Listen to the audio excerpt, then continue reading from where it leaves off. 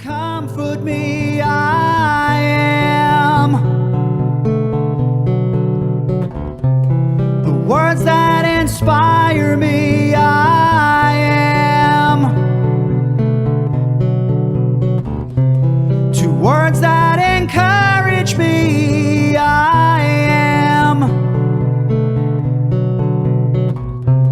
my lifetime, my legacy, I am.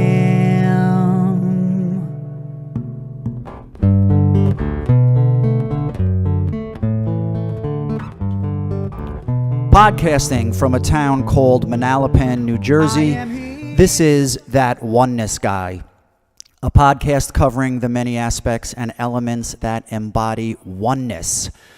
I am your host, Danny Rongo.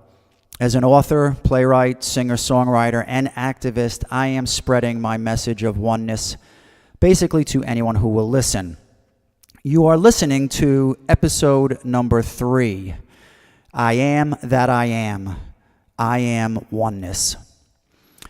In episode 1, which was a basic introduction to oneness, I discussed and showed you how I can prove in many ways that we are connected, but specifically from the standpoint of our bodies and our humanness. In episode 2, we discussed how oneness, in its truest sense, goes beyond our bodies and resonates to our very source, which we know is your God, Spirit, or what I call Stevels, S-T-E-V-L-S. Today, I will focus on a compartment of oneness, and that is the importance of the words and the name that is I am. So let's get to it. Okay, the words I am, two words that get used quite often in our lives. They are used to describe whatever you might be doing, feeling, or thinking, for the most part, right? But what I want to discuss here today is the inherent power that comes attached to those two words. A power that many of us don't realize we have. A power that can not only keep us connected to our higher source and oneness in general, but can actually change our lives. So how, you say? Tell us, That Oneness Guy. Tell us how two simple words can change our lives forever. All right, you got it. So, as some of you may already know, there are many modern religions today that refer to their God as I am. And in most cases, all they're doing is just carrying down what originally started within the realms of Christianity or Hinduism, Islam, Judaism, and more. But the name I am, specifically I Am That I Am, has been around for thousands of years. So let me ask you something. What's the first thing you think about when you hear the phrase, I am that I am? Go ahead, say it. The 10 Commandments, right? Of course. One of the greatest movies of all time with those great actors. Remember them? Charlton Heston, Yul Brynner, Edward G. Robinson. I'd like to sidebar here for just 1 second regarding Edward G. Robinson. All right, he was the biggest gangster back in his day, but at his tallest, I think maybe he was like 4'2". But he was so tough that Cecil B. DeMille had him walking around Egypt on the set going, yeah, where's your Moses now, sir? Right? It's just classic stuff.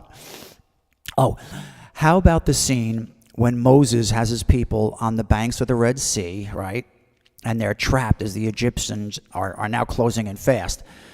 So, with Moses standing on a large boulder, he starts to separate the sea so his people can cross. And he beckons out loudly. Remember, he went, behold his mighty hand.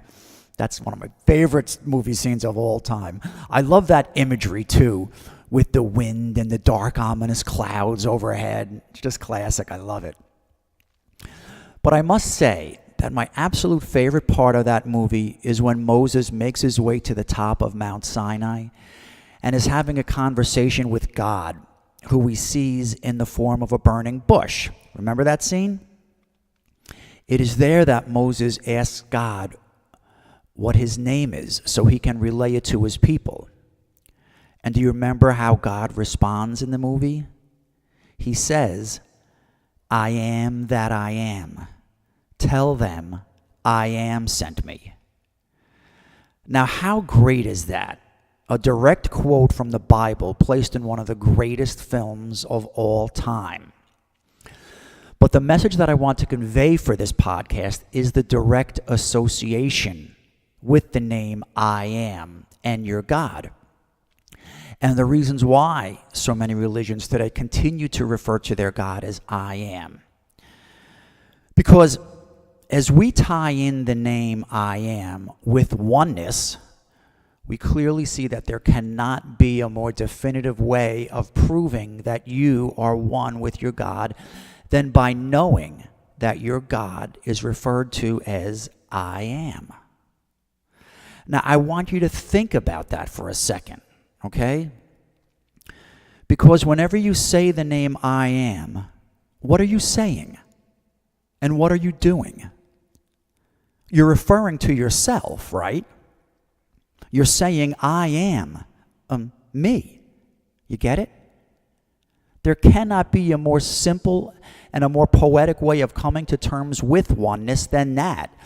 By the fact that whenever you say the words, I am, you're really just talking about yourself. Do you see the beauty in that?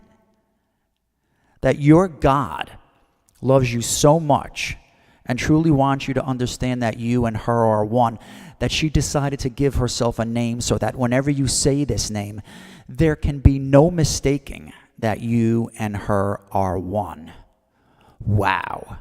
That, my friends, is what I call oneness. Okay, so now we've established that the words I am actually represent the name of your God, which in turn is a direct correlation to the concept of oneness. And that is, again, because when you say the name of your God, you're actually referring to yourself. Now, most would think that this is the end of this topic, but it is not. For there is still another layer of goodness regarding I am, and this is by far the most beneficial to us all, and that is the power of the words I am. And how just by saying these words, we can literally shape and transform our lives. Now, this happens when we preface what we intend to manifest with the words, I am. Now, for example, I am healthy. I am prosperous. I am abundance. I am living the life that I've imagined. What a fantastic affirmation to whatever you want your life to be, or however you want to live your life. And that is because when you preface what you want in life with the words I am, it becomes a declaration, because you're including yourself with the name of your God. And it is also an immediate connection to your higher self, as it's creating a higher vibration of the energies that you truly are. See, now, I've always believed that, if you want to use mantras to any degree, this should definitely be one of them. Make it a daily mantra. Like, for example, I am, and then you fill in the blank, okay? Use the connection that is the name of your God. And remember, just by saying I am, what you're saying is you, okay? Now, I've been using it for quite some time now. The portion of the song that you heard at the intro is my song, I Am. I dedicated a chapter in my musical, The Phone Call, a musical to inspire oneness, to it also, where I concluded the chapter by also performing the song. And I've also carried it as a chapter into my soon-to-be-released book, I Am God, and So Are You, My Friend, A Common Man's Guide to Oneness. I'll finish this podcast with another chorus of the song, but I'd like to share the lyrics with you here. It goes like this. The words that will comfort me, I am. The words that inspire me, I am. 2 words that encourage me, I am. My lifetime, my legacy, I am. I am one of many who have come to sing their song. So, thank you again for listening to the podcast I'm calling That Oneness Guy. This has been episode 3. I am that I am oneness. If you like what you've been hearing, please take a moment to subscribe to this feed either on my website, which is simply dannyrongo.com, at iTunes, Apple Podcasts, Google Play, Spotify, Stitcher, or at my podcast website, which is courtesy of Buzzsprout, and that is www.buzzsprout.com, and just search for That Oneness Guy. Again, my name is Danny Rongo. Please look for my new show next week, and until then, and always, I send you peace, love, light, and continued oneness. Words that will comfort me, I am. The words that inspire me, I am.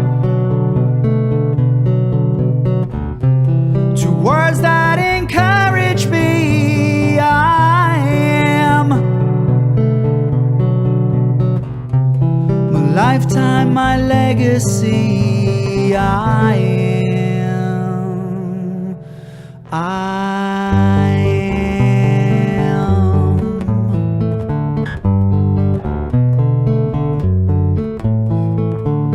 I am one of many who have come to sing their song, yeah.